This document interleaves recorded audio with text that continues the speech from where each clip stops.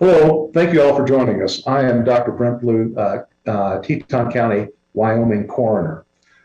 After a detailed investigation by our forensic pathologist, our anthropologist, and local law enforcement, with assistance from the FBI, the Teton County Coroner Office is filing the following verdict of Gabrielle Lenora Petito.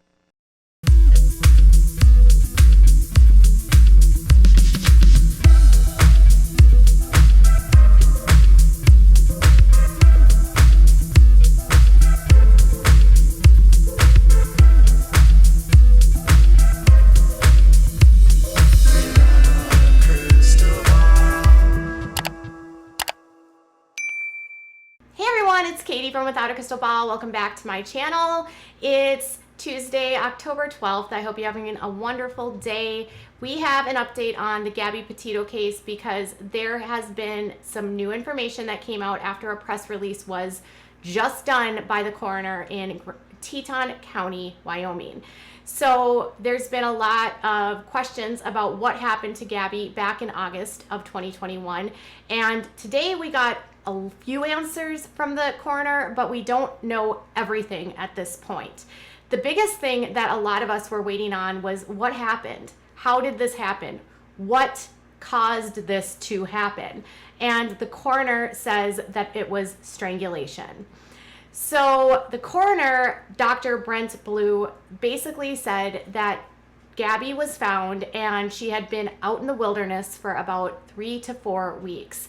He did not specify whether or not she was buried, but he continually referenced during his press conference that it was 3 to 4 weeks in the wilderness. Her stepfather, Jim Schmidt, had spoken on Dr. Phil about how she had been discovered right outside what appeared to be a fire ring, like as if where they were camping and maybe near where a tent would have been, and that she was out.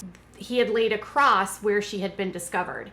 So we don't know exactly like what specifically happened, only that the manner was strangulation.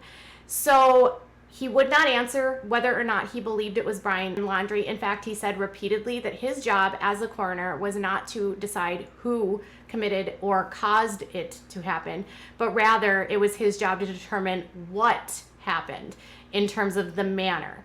He also stated that they had waited a little bit longer to complete the autopsy because he was extremely meticulous and wanted to make sure that every single thing was evaluated and looked at before he came out with his final results.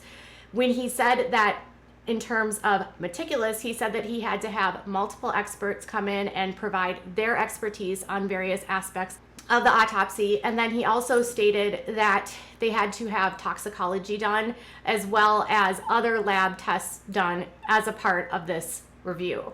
So under the Wyoming law, he basically said that we're not going to be able to get a lot of information about her autopsy because it's not public in Wyoming. For instance, he would not say whether or not she was under the influence of anything, or rather what the toxicology report stated. He also would not provide any information about what marks or information was on her body, only the manner and the means of what happened. He said that Wyoming law basically makes it impossible for him to release details about the specifics of the findings, only providing the means and the manner of the cause. So we don't get a lot of details about what happened. We also don't know the date of when it happened. So basically what the coroner said is that his job is not to nail down the exact date that it happened. Instead, he said that the FBI or law enforcement will be tasked to determine the date based on their investigation in terms of when this exactly occurred and what the date was. In terms of her certificate of death, he said that there will not be a specific date because of they don't have a specific date. They could only guesstimate at this point of about 3 to 4 weeks from the time that she was found. So that puts this in the very end of August, which also coincides with the last time Gabby was seen publicly, which was August 27th at a restaurant in Jackson Hole, Wyoming. The restaurant in Jackson Hole, Wyoming basically said that yes, they were in the restaurant that day, yes, an altercation did occur. It was only verbal in nature, and Gabby was seen crying, and witnesses stated that Brian was very, very agitated. So, and then we also know that he was home by September 1st. So the window is basically August 27th to September 1st, which coincides with that 3 to 4 weeks. So in terms of what the FBI collected, he said that the FBI took samples, and they took samples of DNA that was found on Gabby Petito. And they also said that they sent samples of the autopsy to an entomologist, which basically is a doctor that studies the bugs the bugs that develop from decomposition, which can help them determine, based on the stage of the growth of these insects, and larvae, like how long she had been sitting there. They would not answer any questions about whether or not there was any evidence of things happening to her from wildlife in the area, or whether or not there was any, because she was out in the wilderness. He only said that she was outside for 3 to 4 weeks, and obviously that was it.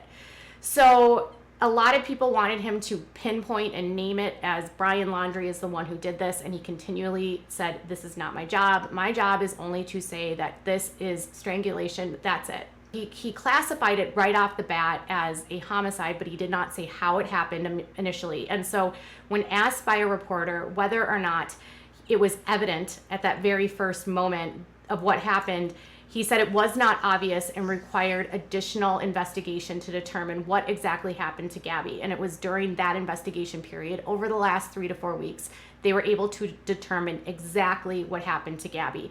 In terms of what evidence they had of what happened to Gabby and why they were convinced that it was they are calling it, he would not say. He said that he would not be providing any details about whether any sort of bones were broken in her neck or anything like that because of the ongoing investigation. One of the biggest rumors online was that Gabby was pregnant, and that this was some sort of feud over her getting pregnant. And so that, he said, is not true. He said Gabby Petito was not pregnant, and that's it. So that rumor is false. So what does this mean moving forward, and why did he withhold the information? He didn't withhold the information. Again, he wanted to make sure that he had all the details and everything that he needed. In terms of what this means for the investigation, the FBI clearly was very hands-on as a part of the autopsy. They collected DNA, they collected samples, they've got experts looking to nail down a time of the actual event happening, and the FBI also collected DNA, which they sent off. Now, the DNA is critical here because if you remember, the FBI showed up at the Laundrie's house, and they were specifically looking for a DNA sample. So on September 26th, which was a few days after the autopsy was completed, the FBI showed up at Brian Laundrie's house, and Stephen Bertolino said this: "The FBI requested some personal items belonging to Laundrie to assist them with DNA matching, and Brian's parents provided what they could." During the course of the autopsy and the investigation of what happened, they collected DNA, and only days later, they're literally at Brian's house collecting DNA for DNA matching. So it looks like, in my opinion, something was found on her, and they're trying to match the DNA that was found on her, in my opinion, to Brian. So Bertolino has consistently downplayed Mr. Laundrie's involvement in this. He is still obviously on the run and a fugitive, but he did have a response to the findings of what happened to Gabby, and he stated this in a message to multiple reporters. "Gabby Petito's death at such a young age is a tragedy. While Brian Laundrie is currently charged with the unauthorized use of debit cards belonging to Gabby, Brian is only considered a person of interest in the relation to Gabby Petito's demise. At this time, Brian is still missing, and when he is located, we will address the fraud charge pending against him." So, again, calling it a demise and a tragedy, you can do whatever you want with Stephen's words, but this is the first time that Stephen Bertolino has confirmed that Gabby's credit cards were used by Brian.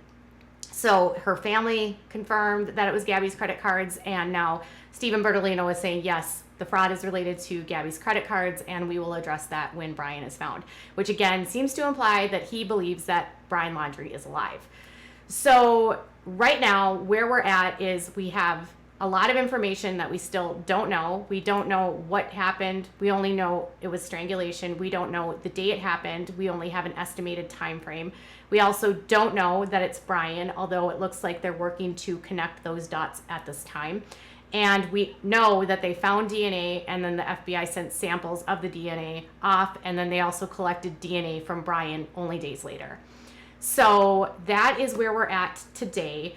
Obviously, the news of what happened to Gabby is going to be extremely difficult for her family.